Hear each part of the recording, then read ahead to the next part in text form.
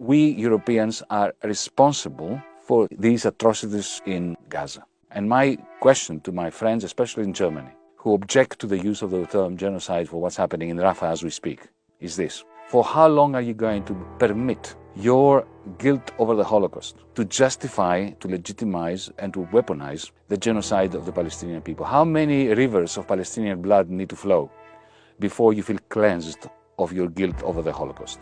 We have to stop sitting on the fence, because that makes us complicit in a crime against humanity. The Israeli right has managed to hide behind the specter of the Holocaust with immense efficiency to co-opt social democrats, liberals, progressives, anti-fascists in a manner that their own fascism, the fascism of the Zionist right, of the Netanyahus, of Likud, they've succeeded in effectively gaining immunity. In Germany today, you can only talk about genocide if you support it. Israeli ministers are completely free to talk about a greater Israel from the river to the sea. That's genocide of the Palestinians. But if you oppose the genocide, you cannot talk about it. And that is all done under the cloak of identifying anti-Semitism with anti-Zionism. Once upon a time, that would not have been possible. Once upon a time, Willy Brandt, the Social Democrat Chancellor in Germany, or Bruno Kreisky, the equivalent in Austria, talked very sensibly about the need, on the one hand, to support the Jews' right to live in peace and without fear of anti-Semitism in a manner that is balanced out by Palestinian rights. Today, that is simply not possible. Our leaders in the West have to understand that they cannot be liberal, they cannot be democratic, if they support the idea of an exclusively Jewish state. What would they say if I were to support an exclusively Greek Orthodox Greece? I think that I would be immediately denounced as anti-European, anti-liberal, anti-democratic, a xenophobe. Bear that in mind. For centuries, we Europeans, not just the Germans or the British, we have collectively persecuted the Jewish people. We have effected one pogrom after the next. And then at some point, we, the powers that be in Europe, decided that this is a time to farm out the Jews to a land which is declared empty, along with the Zionist ideology. Zionism started with a slogan, a land without a people, for a people without a land. That harks back to white settlement. When the British disembarked in today's New South Wales in Australia, they declared Australia to be terra nullius, an empty land. By assumption, the Aborigines, the natives, were not humans. And then they proceeded towards their genocide to take over the land.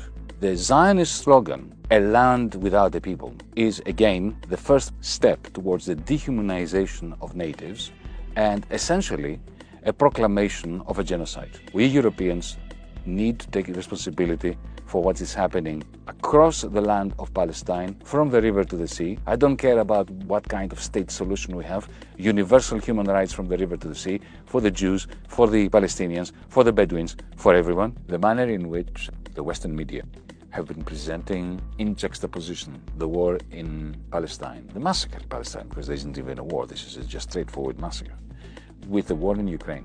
It is as if they wanted to put on display their toxic cynicism and hypocrisy. When a hospital is bombed in Mariupol, which we should condemn, that is a crime against humanity.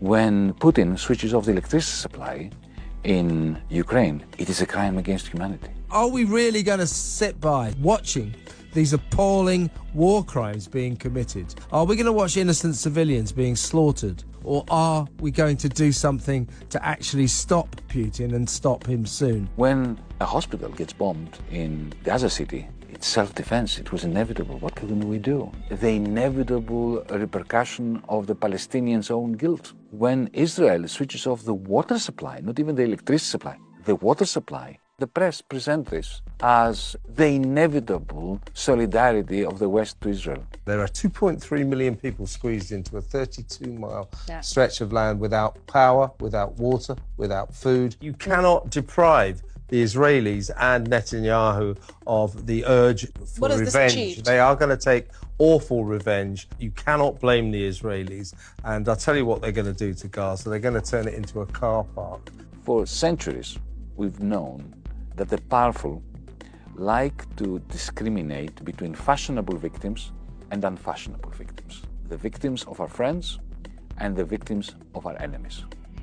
But never before have we had a global media campaign for violating the very basic principles of truth-telling and genuine reporting of facts on the ground. The West talks about total victory of Israel and total victory of Ukraine. There can be no total victory in either battlefield. A sane humanity would pause and think about the rationality of never-ending wars. All these hundreds of billions and trillions of dollars, euros, and British pounds that are being spent on bombs, shells, rockets, drones, bullets, grenades that are killing children as we speak, both in Gaza but also in Ukraine, is testimony to the gross irrationality of our species, and in particular of the system of government that we have, which allows these decisions to be taken without any consultation of the people. Because I have no doubt that if the British people, if the German people, if the Russian people, if the American people were consulted, there is no chance in hell that they would condone this kind of expenditure. And we should realize that never-ending wars are the objective of arms dealers and of politicians like Netanyahu, like Putin, who do not want the war to end for one simple reason, because they will cease to be leaders of these corrupt regimes. Moody's recently downgraded Israel's credit rating. It's not going to make a difference today or tomorrow. But I remember the struggle against apartheid in South Africa. Those of us who were calling for a boycott, a series of sanctions and divestment, we were being met with derision. And I remember Barclays, Ford, and the whole of the financial sector in the City of London doing its utmost to ensure that the creditworthiness of South African white capital would not be jeopardized. The first signs that apartheid in South Africa was under pressure was when the credit rating of South Africa started being diminished. It was the first chink in the armor of apartheid. I truly hope that Moody's downgrading of the Israeli apartheid state and its economy is going to be a similar harbinger of the demise of the last apartheid state to be standing.